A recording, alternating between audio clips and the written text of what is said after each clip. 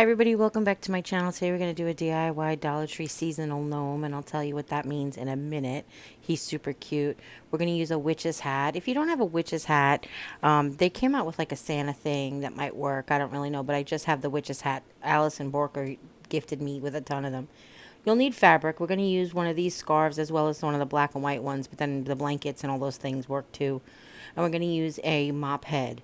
This is the cotton string mop from the Dollar Tree. Save the handle. You never know when you're going to need it for another project, but we'll just need the strings. And we're going to use one tiny ornament. This is like the 15-20 pack, so they're kind of nice and tiny. The bottom row, the bottom section, those ones. And then some paint. I'm just going to use a little bit of Waverly chalk paint in white, pumpkin, and a touch of crimson. Basically, we're going to make peach. Of course, your hot glue gun and your scissor. So the first thing we want to do is we want to take off all of this garland. You know, that comes off super easy. We always save it for another project. I actually thought how cute this would look on a little white tree this year with some black and white gingham bows on it. I think I'm going to do that. So if you see somebody else do that, that's okay. I'm a person who shares ideas, because this idea was actually inspired. Well, it's multifaceted. So I got this idea from Allison, who sent me all of these hat forms, sent me a video of Halo Creative Designs, excuse me, where she made sleeves to go on and off of these hats to switch out for the different holidays. And then Amber over at This Southern Girl Ken made this hat into a gnome. And her hat was fixed, and she put it on a wreath. So I was like, oh, that's what I want to do. As you know, we made a gnome last year on our channel, and I decorate him for every holiday with different socks from the Dollar Tree. And you'll see him. He's got a new buffalo checked scarf this year. He's very fancy. So I just love the gnome. I really do. They're just everywhere. We made a gnome tree the other day, and this is just the love for all things gnome. So I wanted to show you, I just slipped on a regular Santa hat. Would work, so it could go super easy if you want to just do a Santa hat. You'd have to probably leave the fur on if you wanted to make it, just to make it so it covers the beard. So the first thing we did was we took off the garland, then we cut off the nubs. And then we cut off the brim. We left the bottom row there. That's what we're going to tie on all the string. We also left the nubs there on the bottom row because that will help us as well. Now, as far as making the hat's concerned, I wanted a gnome hat. I wanted my gnome hat to have the opportunity to stand up or flop down. So what I'm doing is I'm just basically making, just drawing outside of the box, I guess you want to say. I put about an inch on both sides. This is just a piece of chalk, helps you write on, different fabrics. And I imagined if that point was extended up, and I wanted it to be taller than that, and I wanted it to be wider on both sides. So what I did was I cut, basically down one side and folded it in half and cut it so that I would have it even. Now, if you want your gnome's hat to flop over, you want to make both sides the same. My gnome hat is going to stand straight up, so I'm going to make it reversible just to save me money. So on the back, I'm going to make red and black buffalo check. On the front, I'm going to make black and white buffalo check. I also am going to make them for the different holidays. So I know that I'm going to use the the gray and white blanket. It's going to just be like my everyday hat. But I know I have Valentine's Day fabric, and I have Halloween fabric, and all those things as well. So what I did was I am just gluing this with seams on the outside. I'm not going to turn it in. I will turn it in to show you that you can, but it just makes it a little tighter, and it also doesn't give it that crisp, like I don't know, gnome, like pointy. I don't know. I just feel like it makes it too round.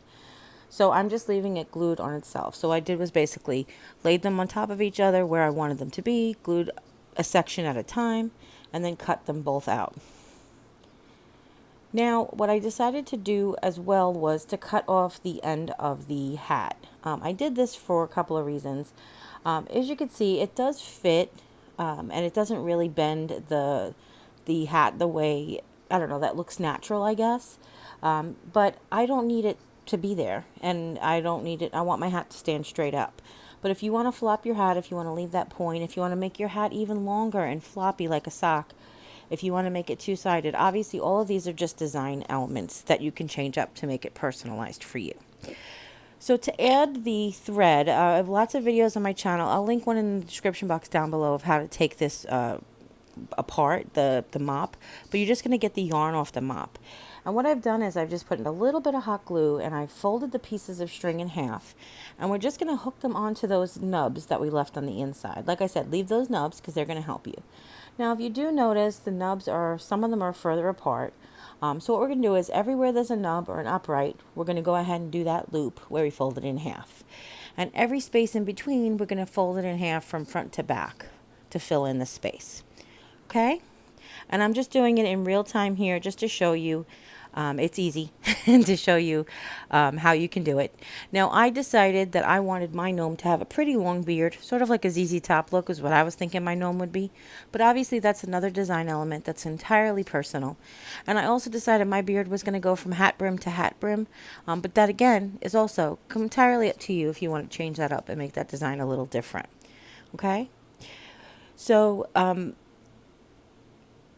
other fabrics. Oh, also trim. So I'm going to just clip on a one of those Dollar Tree, I guess you really can't call it a pick because they have little clips on them this year, but just to add like a little festive touch to it. But I was thinking that during the other holiday seasons, you could actually glue pieces to the tiny clothespins and hook them on the hat, or you could use safety pins to hook different embellishments on his hat. The other thing is we're not going to put a hanger. If you do make this two sides of the same color, you can always glue a hanger to the back of the hat, but really what that's going to do is hang the hat and not the elf itself. What I do is I have a pretty close to the door hook on my door, like it's really like a narrow hook. It actually holds one of those pieces of side plastic, and I'll show you that in a bit. So you can see here now I'm taking and I'm filling in the spaces in between, but I'm basically going front to back, adding a little glue, folding the string in half, adding a little glue, and pulling it down. And I'm going to do this wherever there's a decent enough space to fit one. There's a couple of areas because you just want to make it as full as possible. You want it to look like a beard and not mop. That's all I'm saying. Okay? Now, again, I wanted my beard to be nice and long like ZZ Top. So what I did was I went ahead after I was done making the whole beard with double section. I went ahead and I flipped it over, and I'm going to add full length strings to the back, just the middle section in the back. I actually started with just going sort of like from that plastic middle to that other side of that plastic, like the middle section. I went from one side to the other side with plastic, but I ended up adding a couple. You'll see them. It's just going to go fast, that part. So, but you do what works for you. You do whatever looks natural to you. But I wanted him to have not only length, but also fullness. And this also gives a second layer. So I liked it. So the next step is kind of like the boring part, but put on a movie or put on Peter Fry's podcast. That's what I was watching when I was listening to when I was doing this. You're going to untwist all of the yarn. Okay, basically you're just gonna take your fingers. It's 4 strands. You can what I found the easiest is to separate into 2 and 2, and then take each one and separate them into individual. Now, if you don't take the time to pull them apart, then they'll probably just twist back on each other. But that's okay. It looks cute with a curly beard too. Nobody said gnomes have to have straight beards. There's no law there that says gnomes have to have straight beards. If you know anything about gnome lore. I don't know anything about gnome lore. I just made that up. But I'm just saying, he looks really cute.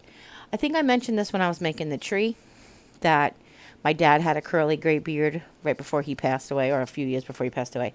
So whenever I make this, I just think of him instantaneously. And he also always wore a red hat. So again, I'm thinking curly gray beard, big bulby nose, red hat. That's my pop. Okay? So I'm just taking my time. You're going to do all of the strands. And then, again, the personal choice here is the shape and the length of the beard. So you decide how much you want to brush out, how much you want to cut, what angle you want it to cut at. All of that is a matter of personal choice, okay? So if I'm going to link both of the videos that inspired this, helped me inspire it, or added to the inspiration of this down in the description box down below. I want you to check them out. Amber has a different way of doing it because her hat's fixed. But the one, the from Halo Creations, she just makes like the nicest socks that go over this hat, and she makes them for all different seasons. She also made brims, which was kind of cool, just to replace the brim from season to season. I thought that was pretty awesome. So if you happen to have a couple of strings break off or come off, like if the glue didn't hold them and I pulled on it, but some of them actually break, I just added them back. I just glued them down. It wasn't necessary, but it just makes it, yeah, why not? Instead of throwing it in the garbage. And that might happen from time to time. Now, all of those, that seam up there is going to be covered by the hat. That's why we want to make the hat longer than the brim from when we started, because we want that to be able to be pulled down, and we want it to go over his nose and like a rounded area, as like that's the kind of gnome that I like. Let's put it that way. If you want your gnome to have his nose coming out of his beard and his hat just to be oversized, you can do that too. Okay. So now after I'm done, you really do have to take a minute, straighten out the strings before you trim it. Basically lay it flat, try to get the shape and angle that you want, and then just go for it. What I did was I cut some pretty drastic angles, and then I took some really long pieces that had gotten cut off, and I added them back to just give more fullness instead of throwing them in the garbage. And then I put his hat on, and again, depending how close you can cut your little nubbies off, it will depend on how smoothly your hat goes on and off. But for me, it was fine. I just took this little ornament, and I took basically a skewer to hold it on. It has a little hole where the hanger was. And I've taken some white, and I've added mostly pumpkin to make peach, and then a tiny bit of red to make a little bit of a pinky peach. And then I've taken the red and made like a darker pink, just to add like the cold nose look, basically. Just add a little redness to his nose so it looked like he was cold. I set it off to dry, and then when I was done, I decided where I wanted to put it before I had any glue. I was like, yep, I think I want it there. And then you just add a ton of hot glue to the beard, to the threads. It's fine. It doesn't have to be glued to the form. The threads are on there pretty well. And then once you have your glue, you just glue it down. And again, I wanted to turn it so that the red was up towards the ceiling, because that's what part would get red if whether it was from the sun or from the cold. Okay? And that's it. It's just that simple. Like I said, I have a really thin quick release hook from on my door, and I just hooked part of the plastic in there. It's kind of why he's leaning over a little bit, but that's okay. This is what the white one looks like, all standing up, and oh my gosh, how cute is he with the beard. And here's the red one with it flopped over onto the white side. So hopefully you guys enjoyed this tutorial. If you do, give this video a thumbs up. Don't forget to check out the ladies who inspired me. Links to their videos are in their description box down below. Don't forget to share this with friends and family, anybody who might be interested in learning how to make one of these or any of the techniques. And if you haven't yet, click subscribe, and when you do, a little bell will pop up. When you ring that bell, YouTube will let you know whenever I upload a new video. And as always, you take care, God bless, and we'll see you next time. Bye.